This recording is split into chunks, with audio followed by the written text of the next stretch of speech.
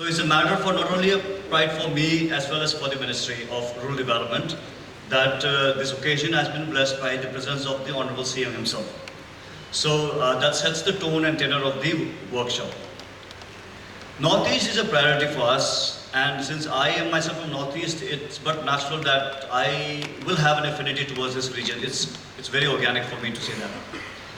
So it's a great pleasure to being here to address the second CXO meet under the DDU-GKY being organized by Nagaland State Rural Livelihood Mission, and I would like to congratulate the Nagaland team with us.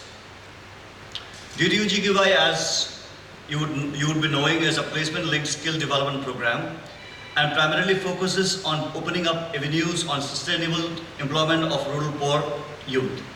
Under DDU-GKY, we equip youth with necessary and relevant skills and seek to provide them higher paid jobs in the formal sector. Although training and placement are the key indicators for effective implementation of the program, it is critical that more opportunities and partnerships are explored through activities such as this particular CXO meet, job melas, etc., for which funds have been provisioned in the scheme. I'm very delighted to inform that Nagaland has been in the forefront under DDU-GKY in many aspects. Nagaland is one of the few states in the country to have set up a migration support center for its youth in Delhi. An MSC, that is a migration support center, serves as a hub and a support center for our rural youth who have migrated and are working in various metro cities. Under DDU-GKY, Nagaland NSRLM has successfully set up an MSC in Dwarka in Delhi, where I had the opportunity to visit and see the work for myself. So it's working very well there. I would like to also mention here that under DDU-GKY, few of our states have been successfully able to provide international placement to some of our rural youth. International placement is a big deal for rural youth, you see. The rural youth would aspire for a job, but if they would get placed internationally, nothing like it. So Nagaland NSRLM has also successfully provided international placement to some of our rural youth in the fields of airlines and hospitality industries, and we are very, very immensely proud about that. Under DDU-GKY, we have Naga youth working in some of the best hotels, cruises and airlines in the world, and I would like to congratulate Nagaland NSRLM. Under this program, there is a provision for providing continuous support to our placed youth, and Nagaland NSRLM has been conducting a series of alumni meets in our key placement cities such as Bangalore, Chennai, Pune, where our rural youth would meet for various activities. These alumni meet bring this youth together and help build a sense of community and support system in these far-flung cities. I have been informed that some of our DDU candidates who had been trained in construction masonry work have built a modular hospital in the Mon district, and around 100 of them have been recruited by the agency building the US Embassy in New Delhi. Under DDU, the matching of demand and supply of the relevant skills and aspirations is a critical factor, and this depends on the close coordination between the government, the industry representatives and the training providers. States organize CXO meets after identifying specific sectors, trades which have existing and an emerging market linked demand for providing optimal scope for placement of DDU-GKY trained candidates. I also feel that interaction of candidates with employers and exposure to workplaces is important in giving the candidates a more realistic picture of the industry. These initiatives and informed choices will go a long way in ensuring retention of these placed candidates, more so from Northeast. In the context of Northeast, however, there are some additional challenges for ensuring sustainable placements in terms of lack of big-time employers or industries within the state, region, and sometimes the unwillingness of the candidates to migrate to other states due to factors attributed to difference in food, language, socio-cultural variances, etc. This is a common pattern I've seen across all the Northeast states. The placement achieved so far against 108,935 trained candidates from the 8 states of Northeast is 60,419, that is only 55%, which bears testimony to the different set of region-specific placement challenges faced by the states, underlying the crucial role of organizing exactly such CXO meets where industry leaders from various sectors and the sector skill councils can come together to discuss and deliberate upon efforts to further create a robust labor market customized for the special requirements of this region. So this is required to make a very customized, marketplace for the youth of the Northeast.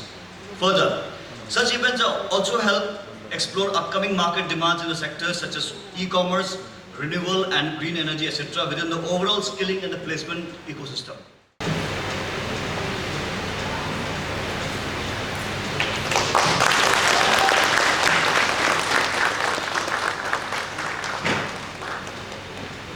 Most of the products in the basket you will see are a product of our SSG from NSRLM.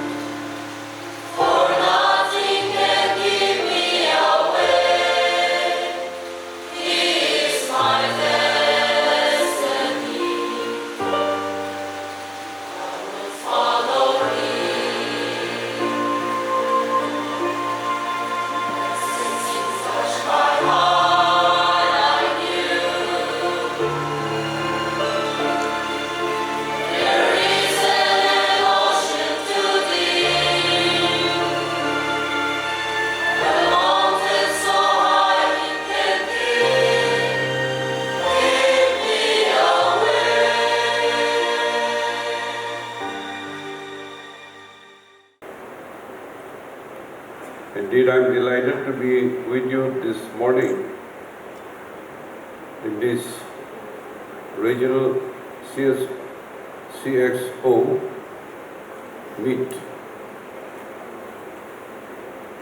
It is of immense satisfaction and a joy to witness a program on the scale of employers converging in the state for this Regional CXO Meet. That is under the Dayal, Upadhyaya, Grameen, Kaushalya, Yojana.